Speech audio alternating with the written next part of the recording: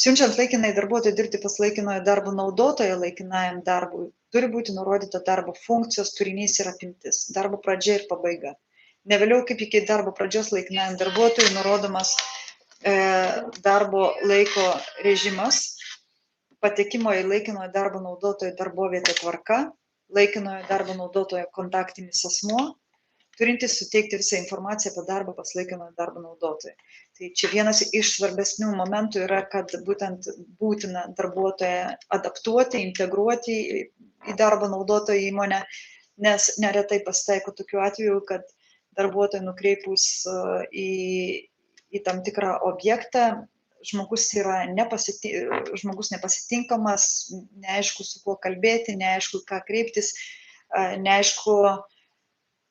kur jo bent jau tuo momentu yra numatyta darbo vieta, kad žmogus galėtų sėkmingai ir laiku pradėti tam tikrus veiksmus ir funkcijas, kuriam darbui jis yra siunčiamas. Todėl adaptacija, integracija žmogui yra labai būtina ir apie tai visada turi būti suderinama laikinojo įdarbinimo įmonės ir darbo naudotojai tarpusavyje, kokiu būdu būtent tas žmogus bus perduodamas iš vienų rankų, sakykime, į kitas.